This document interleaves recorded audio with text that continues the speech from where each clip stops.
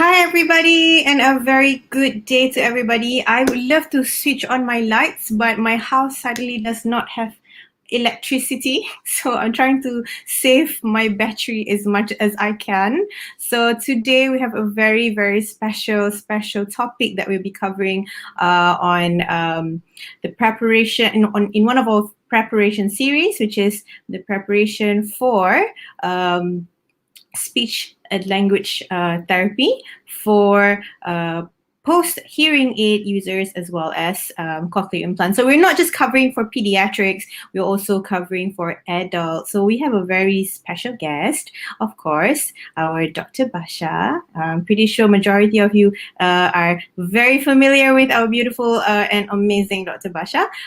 So before I call her in, I would like to say some few things. So for those who have registered with us, so thank you so much. So normally we have this on Zoom platform, but because Zoom is not so kind to me lately, so we're gonna use this platform here again. So which again that issue on. So you can still you can put your comments on our in our comment below, and then we can answer your questions. And hopefully my electricity comes in time. So otherwise, Dr. Basha will have to continue without me answering her own questions, maybe.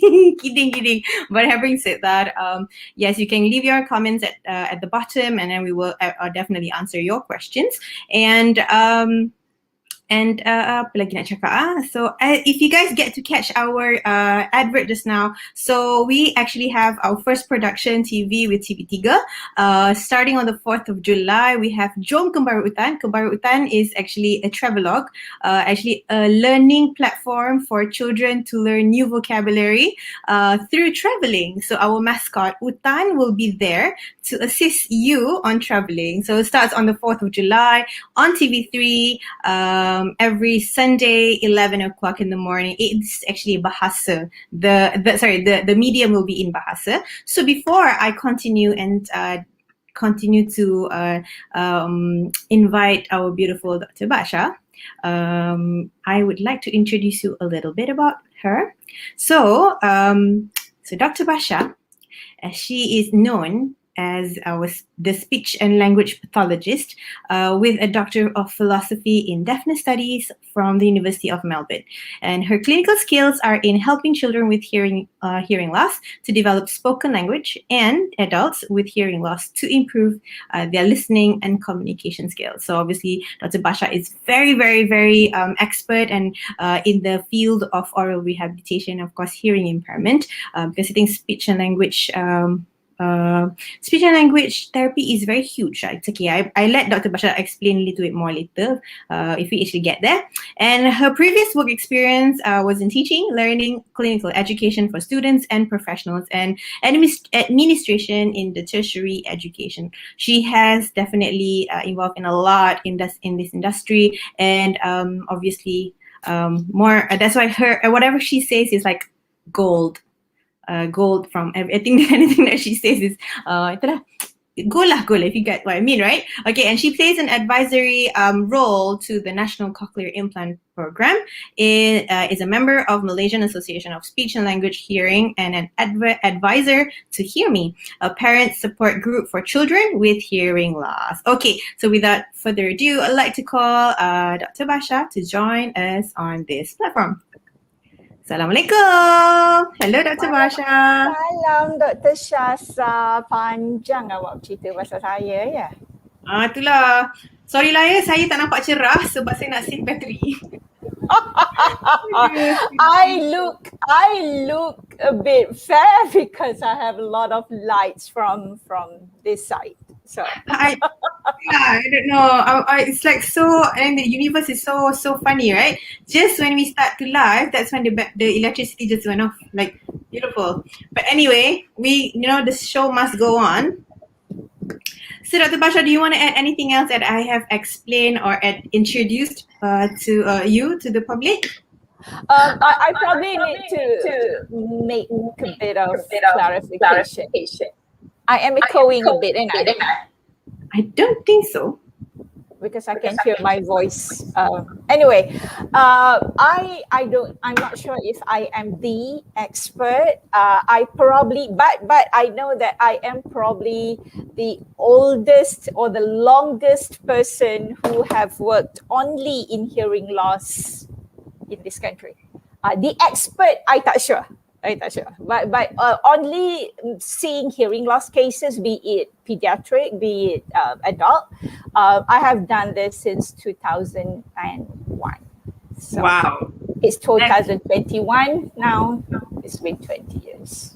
Oh my God, that's actually quite a long time, kan? I mean, like, what I meant is not to say about your age or anything, but it's just been like, that means you've put so much heart and soul into this industry and into the development of hearing impairment in Malaysia. Yeah. And I started working at 5 years old, so I'm still young. I know that you don't have to point it out because I am young because I started working as a kid. So Dr. Basha is so funny. But another thing that I wanted to add is I have been with Eartistic since 2019. Wow, 2019, Shasa?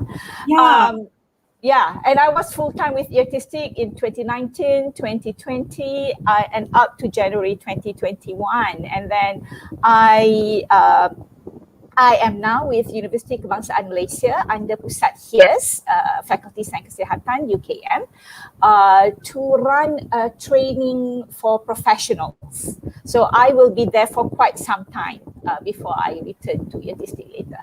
So that is where I am now full-time. Yes.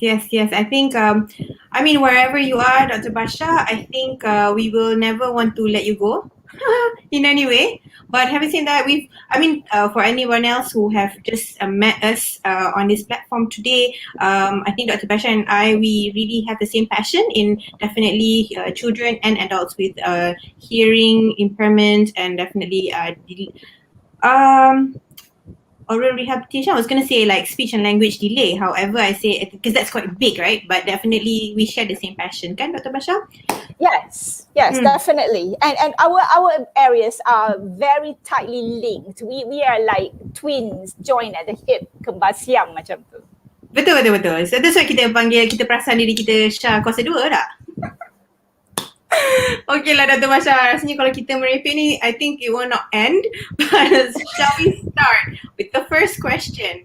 Go ahead. All right. So again, guys, our topic for today is, let me put it back, preparation of speech therapy for hearing aids and cochlear implant. So this is not limited to pediatrics only. This is also for adults. So bear with me my questions, everybody. And of course, Dr. Basha, here goes. So maybe Dr. Basha, can we actually start with the term speech and language in general before we actually start to talk a little bit more deeper and more focused on hearing, because we are also live on Irishman Therapility, where I think majority of parents are, would have ada parents yang ada anak-anak ada speech and language delay in yang bukan kerana hearing impairment.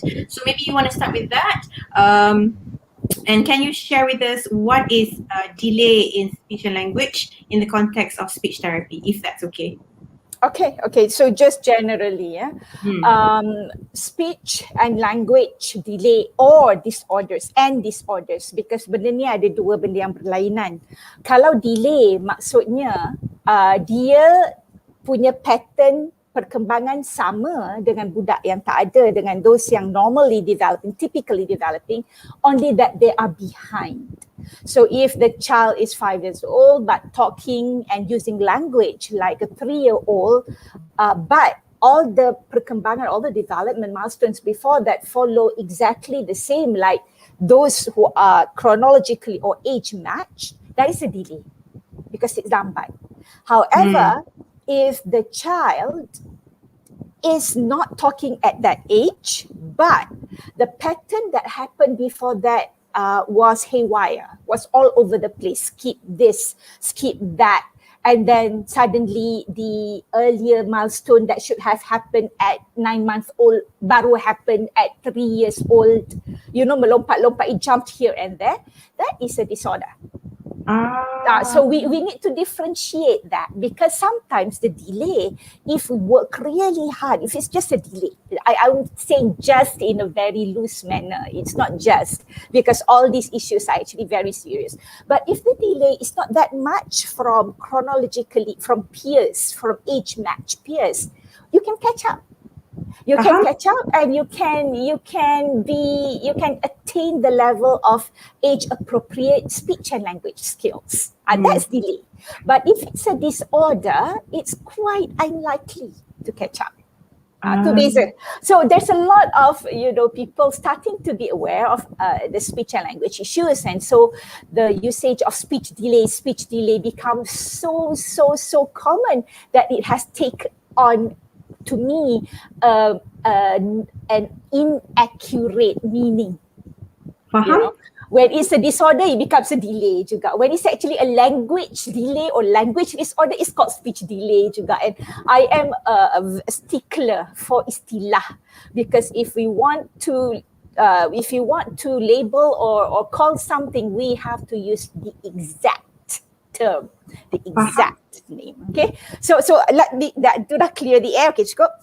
Get off from my high horse, and as a speech language therapist, generally a lot of other SLTs, we work with a whole lot of issues, from issue that is considered quite easy to tackle, like kelambatan berbahasa, speech language delay. Ni memang delay. Contohnya, anak-anak lain dah bercakap 2 patah, 3 patah perkataan dalam umur 2 ke 3 tahun, and this particular kid 0.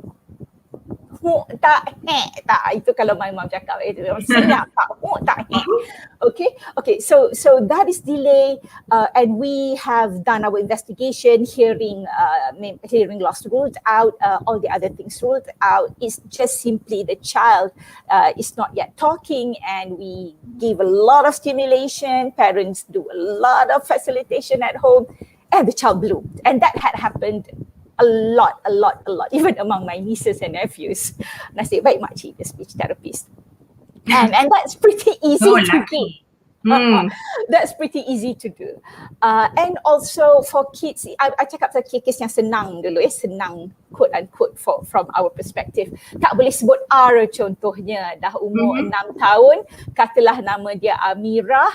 Nama saya Amirah binti Ramli. Okay, so we know that R, there's a lot of R, baik dalam Malay, baik dalam English, baik dalam baca Quran, baca mukaddam. So kalau tak betulkan R, this R would come up a lot of times as wrong. So biasanya kalau dah masuk 5-6 R tak betul, I would try betulkan. And usually that is also easy for me. We do it about 6 months at most, and the child will get it. Okay, apa yang a little bit, orang kata apa, yang a bit more mencabar, ya.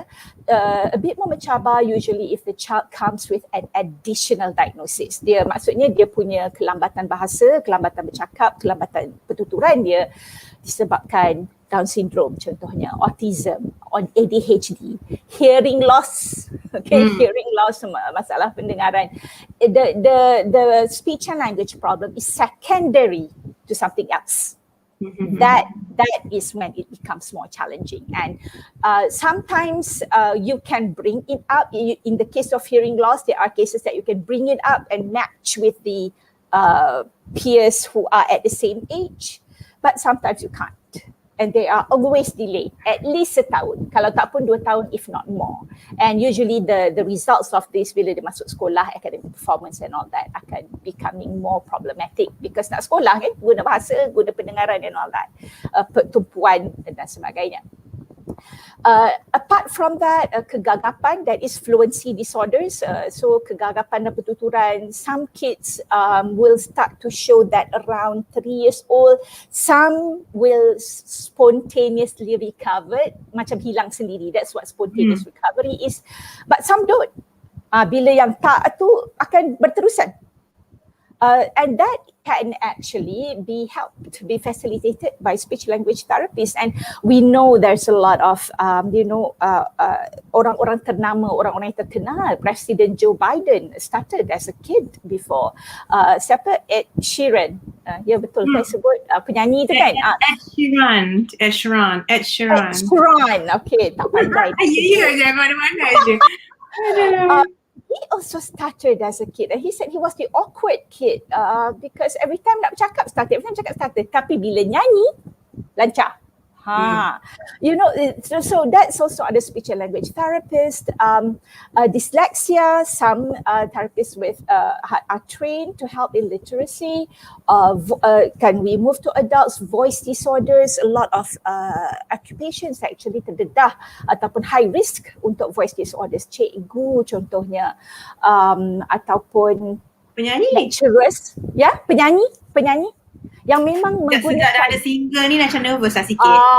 Itulah. Mula-mula single kan, lepas tu full album kan. Yang tu memang. Lepas ni ada tak ada dah buat live nyanyi je. Kidding. Vocal hygiene is very, very, very important, and how you take care, because the muscles. What we take for granted is something that helps us to talk, to produce voice. They are muscles and they get tired and they can be misused, they can be abused, they can get injured. So macam mana nak gunakan dengan bagus? Itu kita tanya vocalogist, orang yang memang mendalam dalam bidang voice, bukan saya. Vocalogist is, I mean, like, do they have to be a speech therapist first and then jadi vocalogist ataupun? Some yes, some not. Oh, interesting. This is a very interesting. Some yes, some not. And pada adults, those yang have gone through traumatic brain injuries, TBI, and as a result of that, mungkin ada aphasia, mungkin ada apraxia, mungkin ada dysarthria.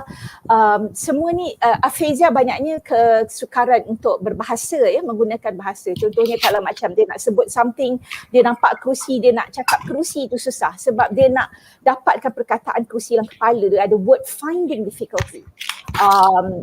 Dyspraxia adalah kesukaran untuk brain tell the motoric machination machine macam mana nak gerakkan the oral motor nak sebut sesuatu.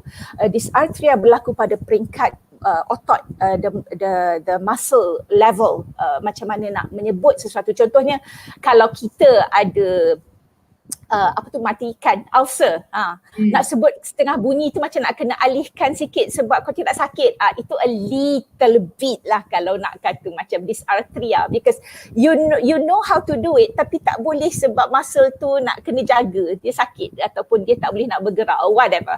So dia ada banyak level. So either dysphasia, dyspraxia or dysarthria, that's usually for adults. Walaupun ada kids yang dapat stroke, yang I will have this too. And one more thing that often people forget is swallowing. That's also what speech language therapists do, because the same muscle and physiology that we use for speaking, they are also used for feeding and swallowing. And that again is not my area. Ramai kita ada beberapa pakar, orang yang memang lebih terlatih untuk melatih kesukaran, membantu kesukaran menelan dan makan. So itulah ceritanya apa kerja kami. Itulah basically sebenarnya kan speech therapy punya coverage sangat besar. It's really huge, and of course today we're not gonna go all through that because our focus is definitely on children with hearing impairment, which has very much connection to speech and language delay. Betul, Dr. Basha? Betul. And betul. so with early intervention, that becomes a delay. And would it be a disorder if, let's say, no intervention? Yes, I guess so. Sebab if no intervention is given, then especially if the child is not tak didedahkan langsung, not exposed at all to any form of communication. Ini biasanya cerita yang berlaku lama dulu ya. I think nowadays kalau berlaku mungkin di tempat-tempat yang sangat jauh dan terputus daripada perkhidmatan kesihatan dan perubatan contohnya. Sebab if someone is deprived from hearing, maksudnya nothing is coming in through here or very little is coming in from here. And with hearing, it is not like something yang akan spontan, akan tahu, oh aku dengar benda ni. oh ada bunyi yang itu. No.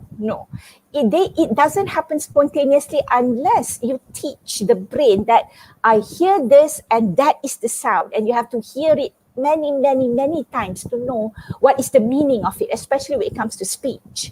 So if a child with hearing loss is not wearing any device, and I'm talking about significant hearing loss, which is from severe to profound, deprived from hearing and therefore not hearing speech sounds well enough to know that it actually has meaning, then and the child is not even exposed to sign language, for example, so there's no form of communication. Can you imagine someone who does not have any way at all to communicate, be it spoken language or sign language? That really plays havoc in your brain. How are you going to express yourself beyond the basic needs? How are you going to say that you are happy, you're frustrated, you are bored, you want something else other than what people give to you, because you can't express it? That goes into mental health. When we talk about this particular part kan, I always think of children with cerebral palsy who really cannot communicate. I always wonder, how do they function? But coming back to hearing impairment, and that is obviously two different population kan. But I can't imagine when children are born, or human that is born with hearing impairment but cannot communicate, because you can actually do something about it. It's not that you can't. You can do something about it. What you said is actually not that far from what we're talking about, because for children with cerebral palsy, for example, where the majority of them actually have the motoric issues, the muscle issues that makes them hard to articulate, because bercakap ni guna banyak otot tau. Dia brain kena process dan kena programkan and send the program here. And to us, we take it for granted, especially saya banyak bercakap ni kan. But for those with cerebral palsy, it takes a whole lot of energy for them to do. And one thing that I forgot to tell about speech therapists is that for those who cannot use oral language to speak and cannot use sign language because their fine motor movement is also an issue, because they tak boleh nak get that precise movement as a signer should have, kita use alternative communication. So that's why ada communication board, or ada boleh guna iPad yang kita letakkan software. Kalau contoh yang paling famous adalah mendiang Stephen Hawking yang menggunakan automated voice. Tapi it is not as easy as he thought of something and suddenly keluar suara robot. No. Whenever he had a presentation, the weeks before that presentation, what he had to do is actually prepared the speech, and it was the speech that he prepared yang akan dibaca oleh that automatic voice. And how did he prepare for it? His AAC, what we call augmentative alternative communication, is very high tech, where the board will sense mana dia punya pupil, mana dia punya anak mata to train on pada huruf apa, dan dia akan type that huruf. Jadi kalau macam kita type guna jari, dia type guna mata. Dia akan tengok, okay, the, THE. Jadi, can you imagine having to type an hour speech, 1 hour speech? Yeah, it's crazy. But we're talking about technology, right? I've just watched this movie, the series on Netflix called Black Mirror. It's about how technology will be in the future, but it's a lot of negativity in it. However, the message is interesting, how technology can really help us to be to obviously maju as a masyarakat, but at the same time it can also give us issues. But when we talk about in the scope of therapy, it's crazy amazing how things will be. But again, it's also talking about accessibility, who can actually access to it. So again, just supporting what you were saying just now, people who do not get access to it will obviously have so much burden or hard work in their brain to actually just not communicate Aina, I'm bored, or I just nak pergi toilet. You know, like as simple as that. I'm sure, again, coming back here, kita kena bersyukur lah definitely with what we have. But before we proceed, Dr. Basha, let's just say hi to everybody who just said hi, and kita menjawab lah salam-salam semua. Okay, So, let's just see siapa yang we have in our audience. A lot of our friends. Kavita pun ada. Hi Kavita, how's Medan today? Kita ada Dalila cakap Assalamualaikum. Waalaikumsalam. Waalaikumsalam warahmatullahi. Ramai our friends today. Yes, a lot of people that we obviously love and recognize here. So thank you for supporting us, and I hope you guys can continue sharing this live. Kita baru je nak start, macam bukanlah baru nak start, kita banyak lagi soalan-soalan yang menarik. Tapi basically if you think anyone who actually can benefit from this session, please do share. We have I think another half an hour to like 40 minutes to talk. Dr. Basha nak jawab ke soalan ni? It's true, women's oral motto is better than, is it true? Women's oral motto is better than men, as women talk much more than men. Seriously, Khalis? Well, I've never heard of that, but research have found that in one day, generally, women have more words spoken per day than men. I tak ingat the exact number, but women generally speaks a lot more words, jumlah perkataan tu dalam sehari lebih banyak daripada lelaki. But then the bias to me is that mungkin dalam sampel tu ada mothers. And I would mothers kan? Yes. Particularly akan popeng dengan anak-anak dia kan. So of course lah kita cakap banyak. Takkan tak cakap kok dengan anak. Of course kita akan cakap banyak. Betul. Dan orang lelaki mungkin okay, mak dia dah cakap aku senyap lah kan, takkan nak tambah lagi kan, which is a good thing lah. Anak pun nanti stres, mak bising, bapak bising, you know, it's good to have that balance. I don't know about better oral motto, but yeah, definitely more words per day spoken. So there's a bit of a truth in there, but about the more kita tak tahu pasal masa. Very interesting. Thank you for that question, Khalis. But yeah, Dr. Basha, Atika misses you, by the way. Oh, miss you too. I miss going to autistic centers. Yeah, we all miss you. Okay lah. Now it's going to be like tak nak orang pingsan tengok kita. So my next question for you, for Dr. Basha. Actually, I want to ask you about intervention, but I rasa yang itu banyak orang dah tahulah. Maybe Dr. Basha boleh cerita sikit pasal intervention later. So again, now let's go straight into the hearing impairment. Okay, everybody, I'm so sorry I'm quite dark because I have no electricity, just to make nak just bagi tahu. So I'm going to continue. You guys can focus at the beautiful Dr. Basha. Okay, Basha. Okay, Dr. Basha. So once a parent or a teacher has found out that their children or their child that they're taking care of has delay in speech and language or disorder, or we're talking about delay here, speech and language delay, what is the first thing that they should do? Okay, the very first hint ataupun the very first instant when you think something is not right with this child's speech and language, ada dua benda. You boleh bergerak serentak ataupun you boleh pergi salah satu. Kalau belum pernah check hearing ataupun check hearing dulu masa dia lahir. Okay, sekarang budak dah 4-5 tahun. Check hearing. Ni saya bukan jual servis ni, saya bukan jual hearing aid, saya bukan nak kata sebab saya ada affiliation dengan ATC saya kata pergi check hearing. No. Because you can go to speech therapist first. Boleh. A speech therapist, a good speech therapist will however refer you juga ke audiologist. Sebab kalau yang ini, yang kat sini, tak nampak telinga saya. Kalau telinga ni, kita tak pastikan it's working, and the pathway to the brain, daripada telinga ke brain tu kita tak pastikan 100% that it is normal, tak payahlah nak pergi terapi 5 hari seminggu pun. Nak masuk kat mana? Tak ada jalan.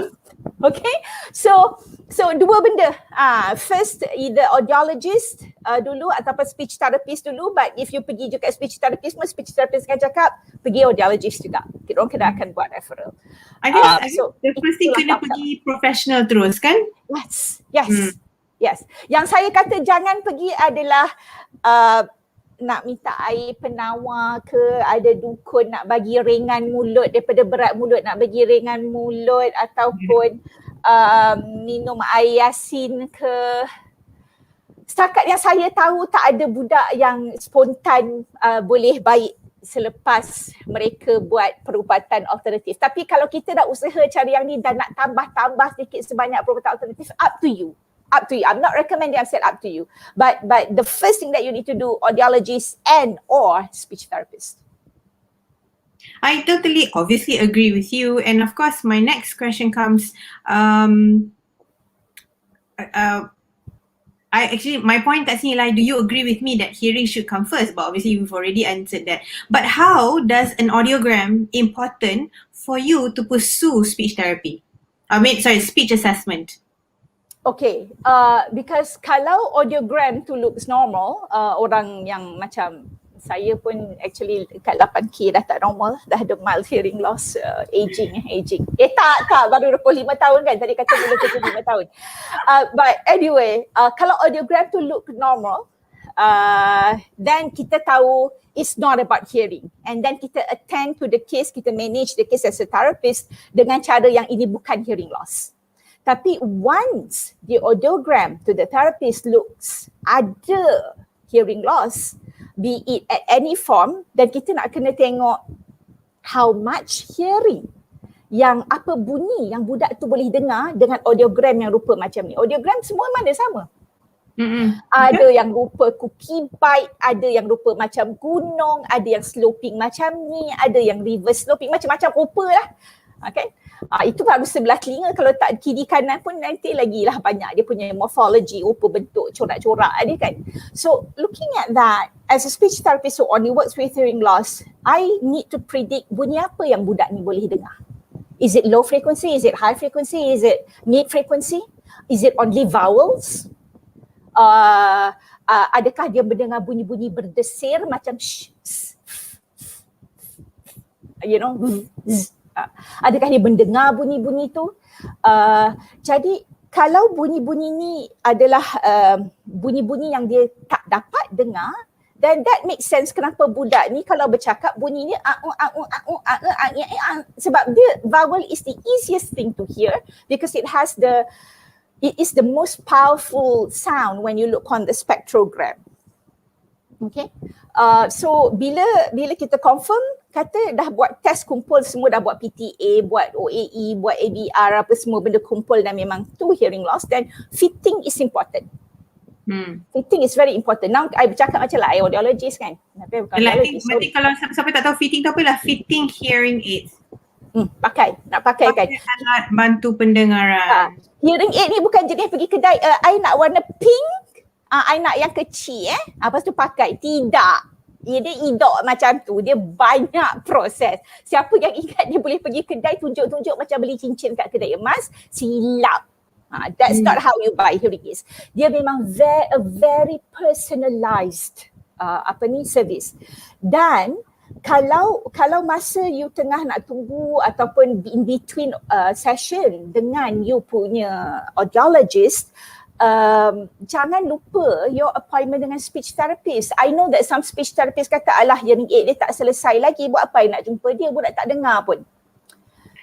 Actually, this goes with my next question, because my question is that do they actually need to see a speech therapist before they actually have hearing aids? So, Dr. Basha dah jawab soalan, macam boleh baca dah apa yang soalan Shasha nak tanya.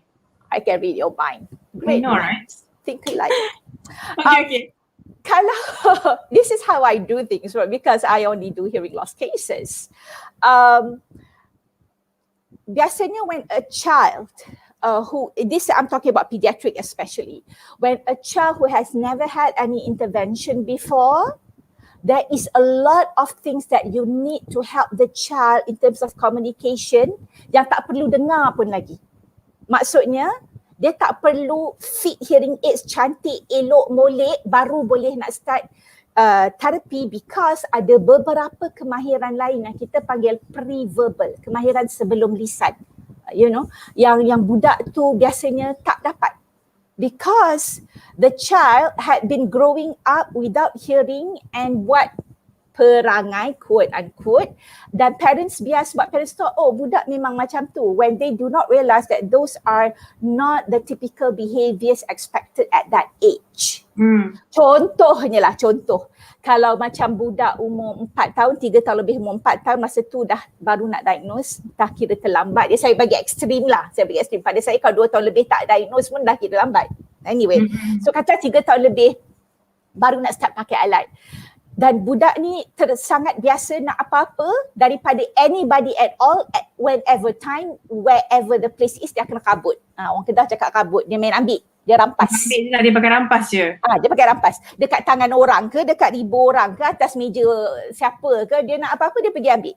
Okay, that is not acceptable. So yang tu boleh ajar, perlu hearing aids ke nak ajar benda tu? Tak. Faham. So basically memang orang kata there's macam mana? Room for improvement and intervention is actually secepat mungkin. Yes. The behavior too, especially because kids, when they do not have any way of expressing themselves, the first thing dia akan buat perangai. Dia memang the behavior will look a bit more what's the neutral word to use? The behavior is the very first feature that people will see. Oh, budak ni. Okay. Parents maybe kata, oh dia memang macam tu. Yelah sebab dia duduk dengan anak dia. So dia tak nampak yang anak dia lain. Dia dah biasa kan? Dia dah biasa. Dia dah normalized. Benda tu dah jadi normal to them. But we know that this needs to be tackled first. Sebab nanti bila dia nak pakaikan alat, there's a lot more issues after that kita nak try resolve. Yang paling pertama, dia tak nak pakai alat.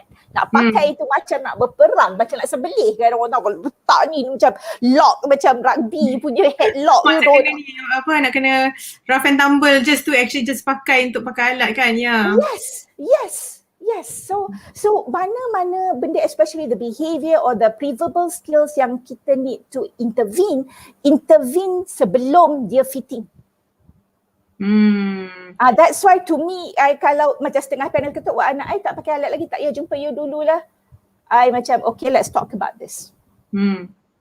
Kalau macam kini in the context of children kan Dr. Basha, how about adults? Do adults also need to have speech and language therapy ataupun it is different from children?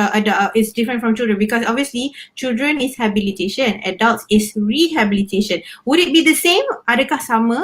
Mereka actually have to use it before wearing hearing aids, or actually that's not as important?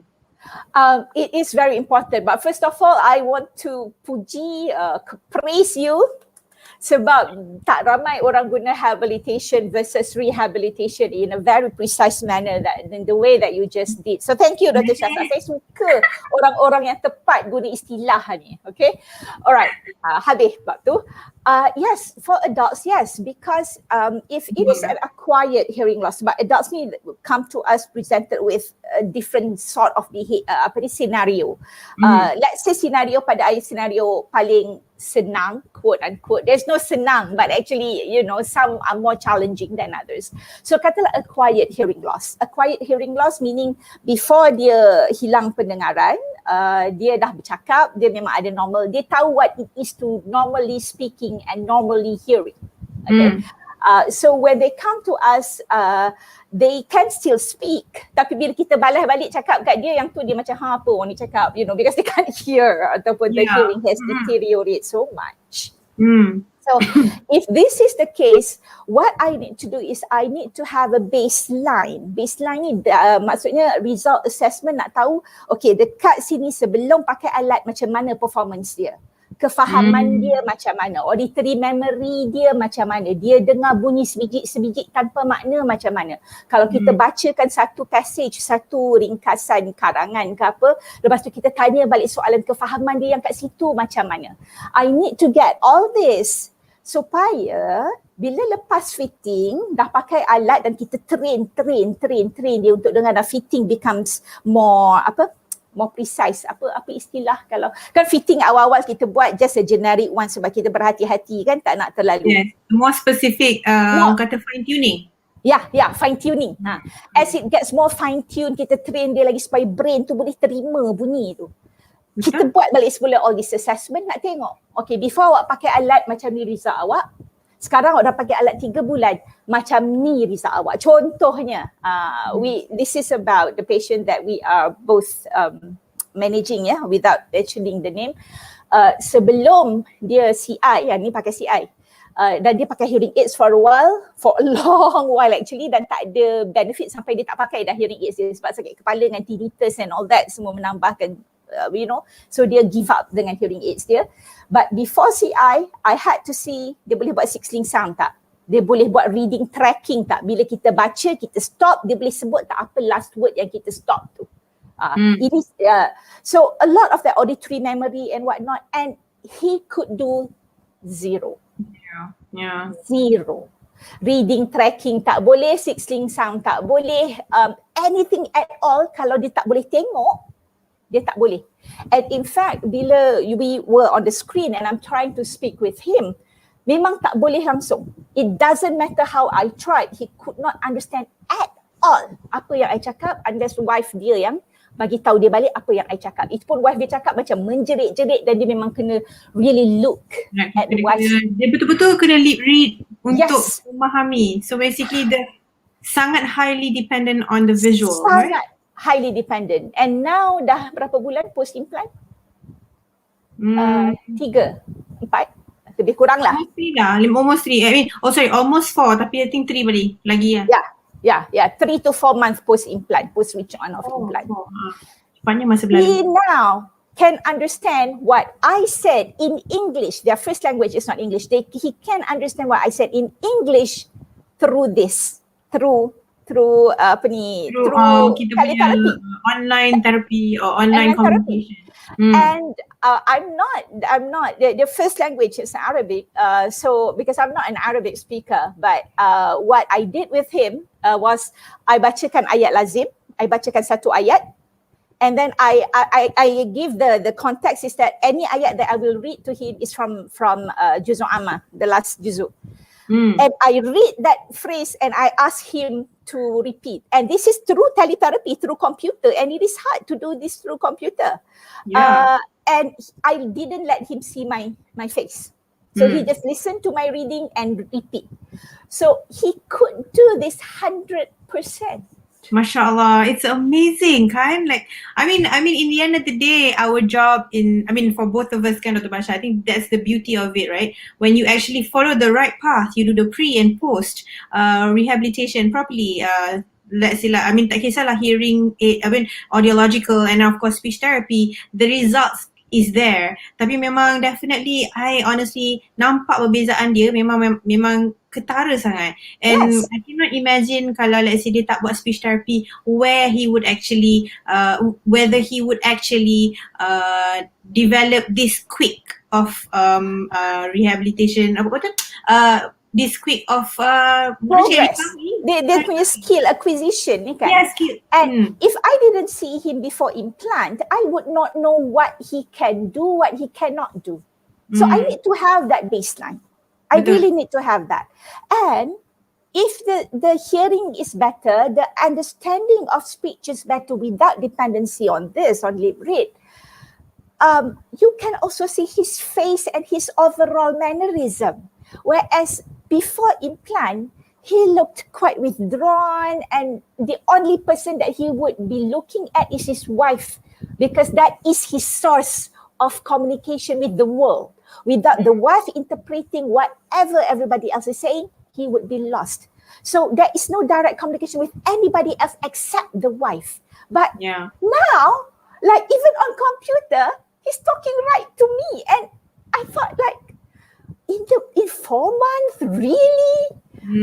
He gets back his independency, and I think that's beautiful. But I always have this question, Dr. Basha, I don't know if you can answer, but like macam kita semua akan grow old, and it's only normal kalau Allah panjangkan umur kita, we will grow old, and definitely we will have presbycusis in a very sexy word of it, but of course realistically we will have hearing impairment as we grow old, kan? So how long is the brain, berapa lama otak kita ni akan start deteriorate untuk kalau kita tak dengar? do you by any chance know, like macam contohnya if you dah tak dengar sebulan you dah start hilang memory ke, you dah start hilang ability to recall ke, ataupun do you by any chance know? Mungkin I don't, but from any research at all that's pertaining to Alzheimer and anything that would look into brain plasticity, what is clear is that the older you get, if you get stuck into just doing what you have been doing all this time, then the brain decay is much easier to happen. In order for the brain to be more intact or untuk nak lengthen, nak prolong sikit umur dia yang aktif tu, we really need to teach the brain to learn new things. So meaning kalau that means you once you lose the ability to hear, that means your hearing processing will start deteriorating anyway. Yeah. So sebenarnya manusia ni kena sentiasa aktif dari segala pelusuk otak tu. Vision, hearing. And the problem is that usually by the time kita realise kita tak dengar, that has happened for quite some time actually. Because it happens so gradual and our brain is so matang, when it's the defect or rather the loss is slightly macam jatuh sikit, brain will compensate. Jatuh sikit, brain will compensate. Ya, betul. So kita tak sedar. Itu basically macam Allah jadikan kita dengan satu ability to manage things, right? Yeah, to compensate with any loss, and kita tak sedar. Oh my god, I feel like I really like I really get it what you mean. But Dr. Basha, before we continue, ada soalan daripada Farhana. Would that baseline determine the decision to implant or not? For Definitely. Contohnya, kalau macam case study yang dia memang totally dependent on lip reading. And hearing aids tak membantu, and he'd been deaf for like more than 2 decades kan, Dr. Shah, in this particular case. Then we know that kalau dia tak implant, there's nothing else that can help him. And we need to weigh the pros and cons, because this particular patient has pretty, has tinnitus, and the tinnitus is quite bothering him. And as we know, in certain cases with patient with tinnitus, implant sometimes can exacerbate the tinnitus. Sometimes, not in all patients. And particularly this client, I think has reduced, kan? Yes.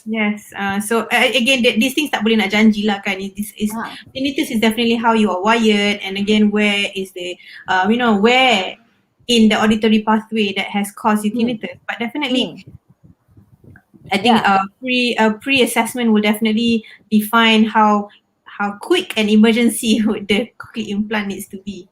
Yeah, but for me, untuk balik pada soalan Farhana tadi, how would that determine the baseline would determine the decision for implant? Adults ni, be it prelingual or not, it depends pada beberapa benda. Benda yang paling besar pada saya adalah as a therapist who help in the decision making, dia nak implant ke tidak? Yang dia implant ni sebenarnya dia nak ke siapa suruh? Because sometimes even as an adult, yang suruh mak bapak dia.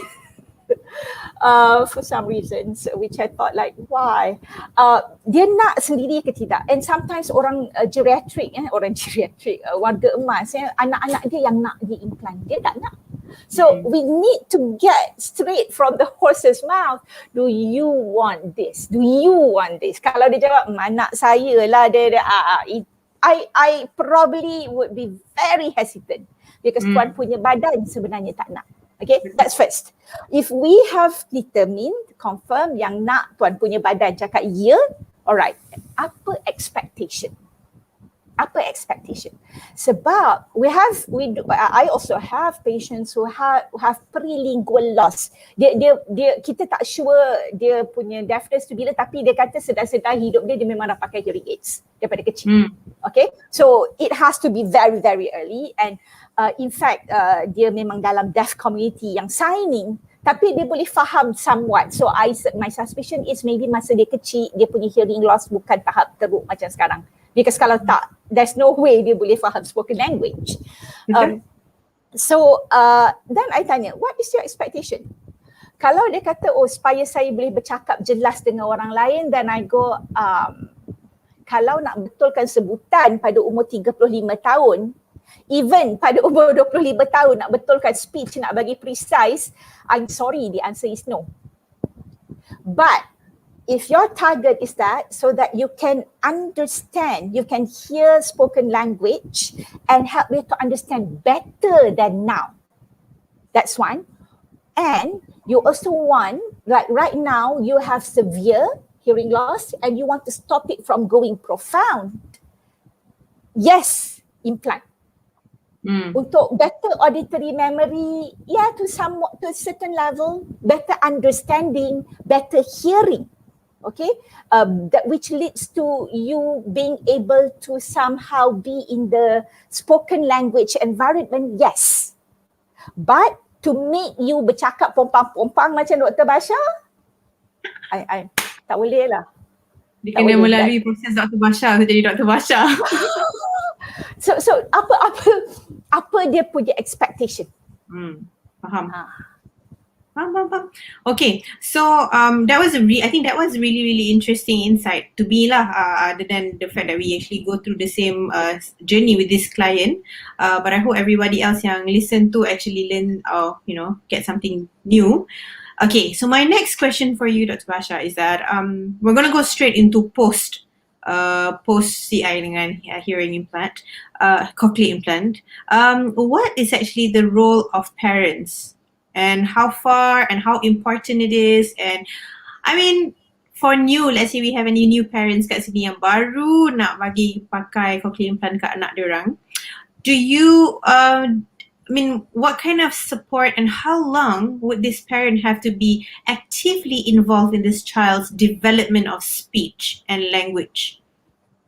Okay, banyak soalan kat dalam tu. Okay. But I'm pretty sure you understand my question kan? Dia macam the journey of it tu. Yeah.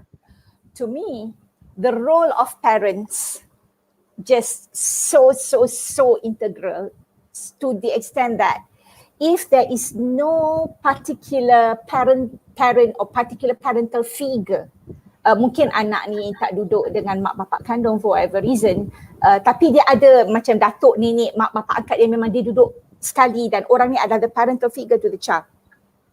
Without these people, I don't know how intervention can be effective, because I am a family-centered practitioner. In family-centered practice, what we do is, I am not the driver of this intervention car, of this process of intervention, of this process of therapy. I am not the driver. I might be the therapist, I might be the one who's trained for so many years professionally to do this. But what I do is I pegang map, I pegang peta. Driver ni siapa? Parents. Parents, yeah. It has to be the parents or grandparents yang betul-betul driving the journey, Dr. Basha. Kita ni one of the passengers dalam one of the bukan passenger, kita ni one of the mechanics. Kita navigator, mechanic, yes. Tapi yang bawa kereta bukan kita. Sebab anak tu anak dia, bukan anak kita. Yang duduk tu dengan dia, bukan dengan kita. At the end of the day, that is their responsibility, not ours. Yes, they pay us for the service, for those who are in the paying punya therapy. But if they don't play that active role, or they are not coached by the therapist to play that active role, hampilah terapi tu 2 kali seminggu pun, 3 kali seminggu, tiap-tiap hari pun, I doubt that it would be effective, because 1 hour per week usually therapy dengan speech, 1 hour per week is just about like 1% of the child's entire waking hours yang dia nak belajar. You bayangkan just 1% of the entire waking hours yang dia nak belajar untuk dengar, belajar untuk nak guna bahasa, belajar untuk makna apa perkataan. Is that enough? Definitely. That's why parents kena ditrain oleh terapis macam mana nak buat. However, in this day and age, I'm still, what's the word? Kecewa apa kecewa? Disappointed? Disappointed. A little bit more than disappointed. Okay lah, I'm quite disappointed. Sebab still ada therapist yang keep the parents outside the therapy room.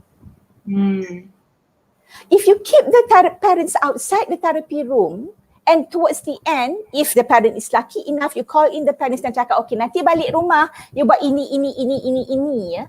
I would ask, when you were a student dulu, kalau what all you do in your training as 4 years as speech therapist like what I went through, and all you did was tengok through the one-way mirror macam mana nak buat therapy without actually sitting there in the therapy room doing it hands-on with the child, can you actually become a therapist? Do you trust yourself to be the therapist? So apa basis dia that you have a session without the parents actually having hands-on time with the child, and yet afterwards you said to the mom, you balik rumah, you buat? I actually have to definitely agree with you on this. I am a parent myself, and I think nak jadi parent pun rasa I kena belajar untuk because I think as an adult you are so advanced, actually going back to square one is actually a lot harder. Nak ajar ABC je, tapi dia cakap lah ni pun mama dah cakap dah kan tadi, takkanlah tak ingat.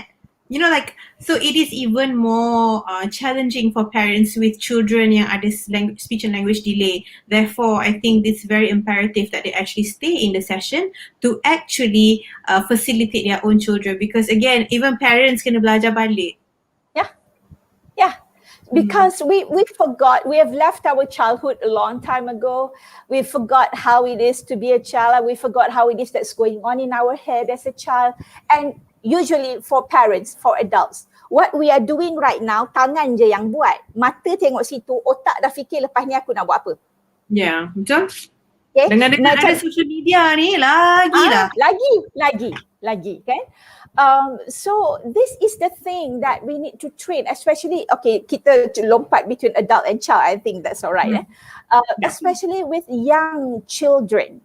I need to train parents to look out for the certain behavior, because this behavior means a response, and you nak kena respond back to the child right at that point. I bagi contoh. Where is Jack? Let me bring up Jack, who is my prop for tali therapy a lot. Okay, Jack duduk dalam bag, so that's why rambut dia kusut. Say hi, Jack. Say hi to everyone. Okay. So kata Jack had something in his hand, okay, and Jack was playing with it, okay, and I tengah buat something else, okay, and then Jack pegang benda ni dan pandang I dan go, okay, and that happens so fleetingly. Kids usually will try that only just a couple of times, and then kalau tak ada respond, macam dia go, dia pandang I, and I tengah tengok my phone. Tengah update benda dalam Instagram lah kot. Aduh lah.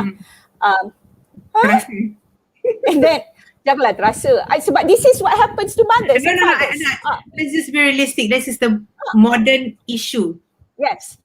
And I still tak dengar. Ataupun I dengar macam, kadang lah aku tengok apa dia nak makan kot.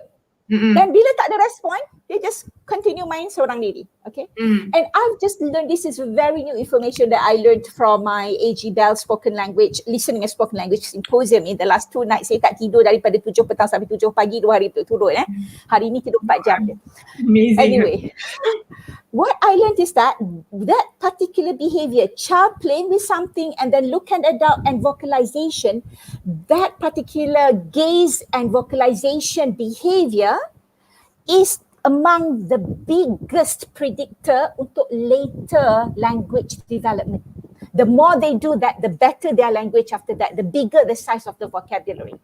And the way that it can be reinforced, the way that as adult, as parent, kita nak membantu dia do more and more of this, because this is a good predictor for later language, is that bila dia, kita, apa kat tangan tu? Oh, main sepit rambut mak, ya. Okay, let's put sepit rambut tu atas kepala awak, tengok macam mana. We go back and we responded to it, to them appropriately.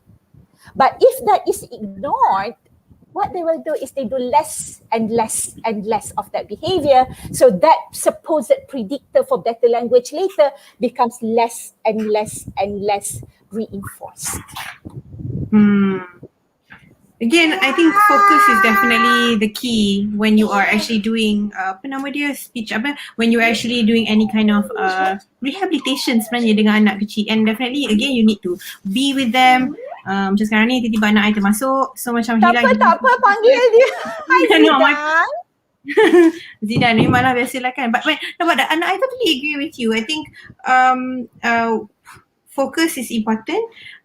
You don't just have to, I don't know, I think I totally agree with you 100% on that point.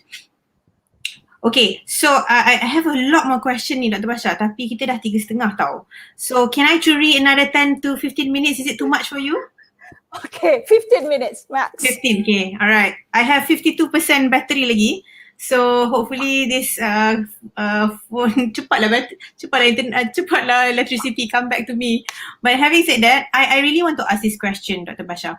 So tadi kita dah cakap pasal apa nama dia, role of parents. You said a bit about role of apa nama dia,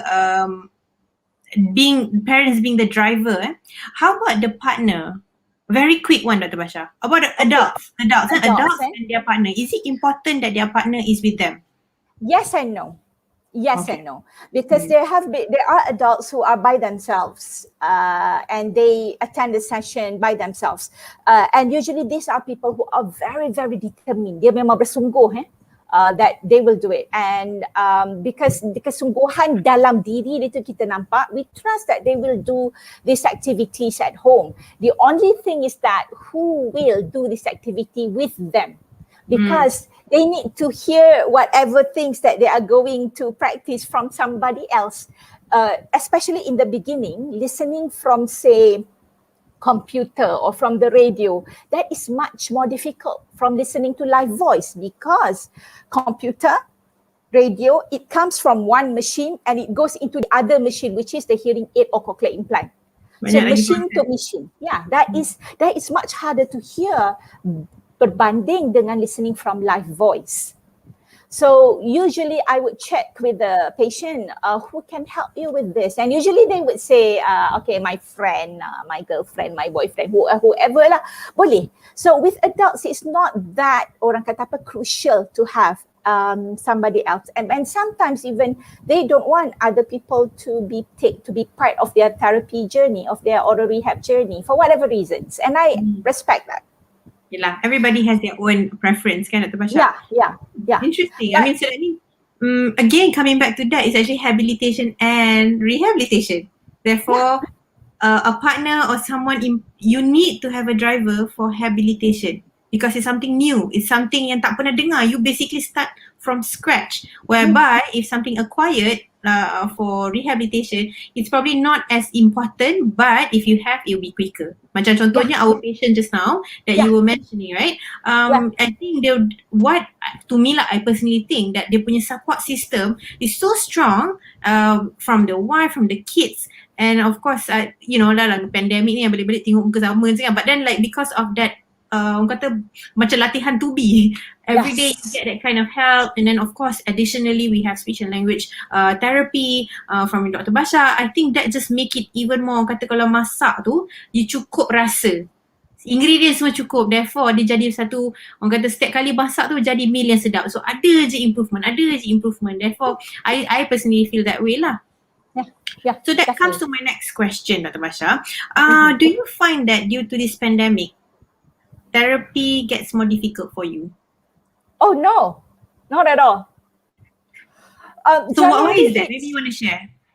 Okay, generally to me, in pandemic time, therapy is much more joyful to me, because I really get to look for creative ideas to engage my patient, who is on the other side of the screen.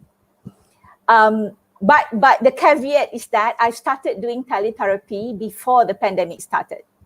50% of my patients before the pandemic started, before COVID-19, 50% of my patients are already on teletherapy. So when I started... When, Dr. Basha? It's like you already predicted things would happen. I mean, just saying, I'm like, I think, are you, kata it just in time with whatever that's needed? Yes, yes. And luckily for me, and thanks so much to Hear Me, the parent support group for hearing loss kids, whom I'm an advisor to, they were the ones who instigated all this because they wanted some of the kids in their association to be able to access service from me. And these are patients from JB, from Bukit Mertajam, from Kelantan. Yes, yes. And to come to KL to see me, it's not viable. So that's how we started with teletherapy. And that's how I dabbled in teletherapy and started first dabbling and then getting serious about it. But I do acknowledge that for many other therapists and parents out there, teletherapy, they find it problematic for various sorts of reasons. But for me, being a family-centered person, again, there is nothing more satisfactory, rewarding, and feeling like, okay, kalau I pejam mata malam ni pun tak apa, that's okay. It's because what I do is not really to get the child to interact with me, to like me, to play with me.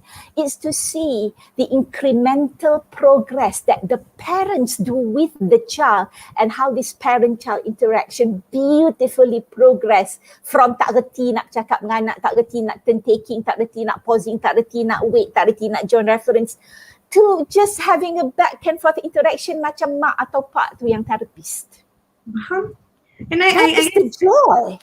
Yeah, and I guess that comes to my next question, Dr. Basha. I mean, like, how important is it to work as a team in a multidisciplinary environment? Because I mean, nowadays, I mean, back then it could be more on kata challenging lah, because there's no teletherapy, there's no internet, tak ada Zoom, tak ada how. I mean, honestly, I particularly believe in working as a team. I personally kena make sure patient tu ada pediatric developmental support, speech therapy, OT, and if perlu physiotherapy, definitely audiology, because I am an audiologist. Therefore, I think that's all important. And I think I want to hear it from you, like how important is that from you, and maybe you want to share why is it important that we actually have that kind of environment for a child, because just now you were saying about family-centered, but how about clinically, orang kata, what's the word professional, multidisciplinary centered, because when we actually see a patient, we have to do a family meeting, and that just doesn't mean just the family. It's actually family meeting of their family and our family, which is the professionals, kan? So maybe you can share a bit on that. Part of being family-centered, one of the feature or one of the must-have for someone who claims to be family-centered is the ability, the skill to work effectively with other professionals. This interprofessional collaboration is a must if you say you are family-centered. So for me hassling, quote-unquote, other professionals, I just make it a habit. It's already like I do that without even thinking. I give you an example. Once upon a time when I just started work, I had a patient who between 3 months gone from moderate, from can do 6ling sound quite easily to really struggling within 3 months. And I thought there must be something, either I lack ataupun level of hearing. So I asked an audiologist to help to see this child, refer the child. And then when I was about to see this child again for my next appointment after the audiologist appointment, I saw the audiologist note in the file saying that the child has normal hearing. And I went like, how? Because to me, the child is deteriorating. And then, so I quickly picked up the phone and spoke to the audiologist. And somewhere in the first 5 minutes of the conversation, I realized that we are not talking about the same child. So what happened was the audiologist saw a different child. Oh, okay. So it's yes.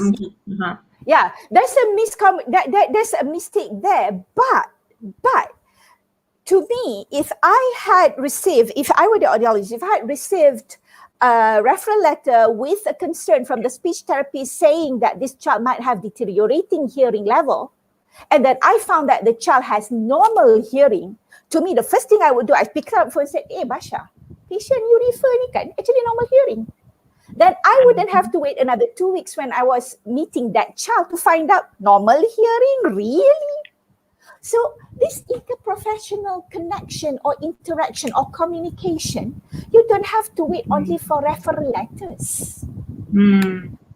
Like, isn't that something that should trigger you to think, hey, something is wrong? I found that the child is normal hearing. Why did Basha think the hearing is getting worse? There must be something here. Not to salahkan sesiapa, but we need to talk it out. So that is among the things that for me, why it is so important to work like this, especially with audiologists, especially with the ENT surgeon, if the child has ENT issues, especially with cochlear implant. It's of utmost importance, to the extent that when I check with the patient, you last jumpa ENT bila? Kata memang the child is supposed to be under follow-up with the ENT. And parents sometimes sheepishly said, oh sepatutnya kena pergi tahun lepas tapi tak pergi. You dah tak jumpa ENT setahun lebih? I would go on that mode, being makcik gaya, you know you have to see them. So the parent knows that, I am not just Dr. Basha, I am the face of the entire professional family. So when they see me, they tell the same story that they will tell the ENT, that they will tell the audiologist. So everybody understands one same story. Not to say that parent will lie, but sometimes naturally when you trust someone, when you feel more close to someone, you tell that person more. Betul. Right? So I think there's two ways here lah. Satu, of course, communication for the best rehabilitation goals, and the other thing is that to avoid misunderstanding, and of course to very much eliminate any kind of drama lah sebenarnya, so that everybody, like I said, on the same page. And again, when you are all on board on the same ship, the ship actually sail towards the same direction of the goal. Yeah, and because I think semua orang nak pergi direction yang sama. And if I can say another thing, to me, I don't view the parents ataupun the patient as them versus us, the professionals. It is like us, where the lingkungan, the circle for us is everybody, parents, patient, therapists, audiologists, ENT, pediatrician, whoever else was involved with the child, that is us. Betul. Us in the lingkungan.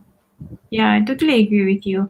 Okay, it's 3:44, Dr. Basha. I think I've taken so much of your time. You know when Syah Kuasa 2 bercakap, kita memang cakap sampai tak tahu bila nak habis.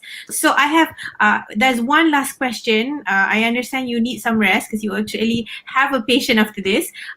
But to those yang baru join, yang dah register, kita akan ada one name that we're going to pick up for the lucky draw. So hari ni kita, dia dalam misteri sangat. You guys will get apa nama dia, Kisu punya susu chocolate, and also Neris punya keripik pisang. Hooray! So Dr. Basha, sebelum kita buat kita punya what do you call that, before we actually go into the lucky draw, so let's have one last question. And last thing, I want to obviously give you an opportunity to actually share, because we all miss you, but we always want to hear from you.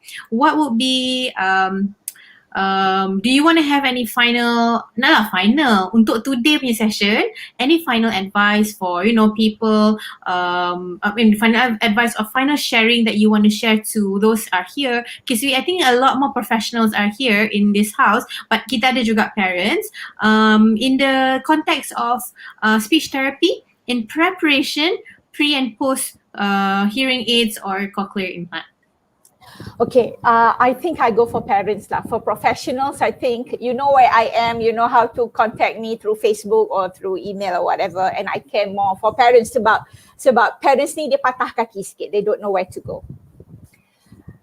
You have to rely on information given by professionals. Professionals cakap buat begini macam ni, yes, buat.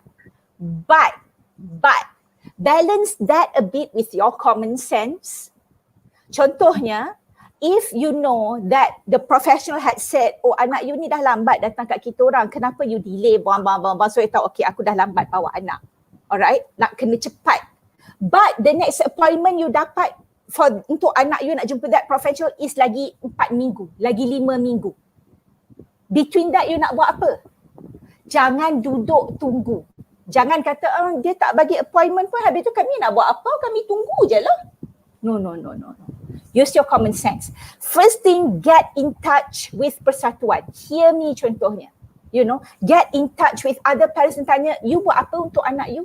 And then tanya pula another parent, you buat apa untuk anak you? Tak semestinya seorang tu buat. Betul. You try get some pattern.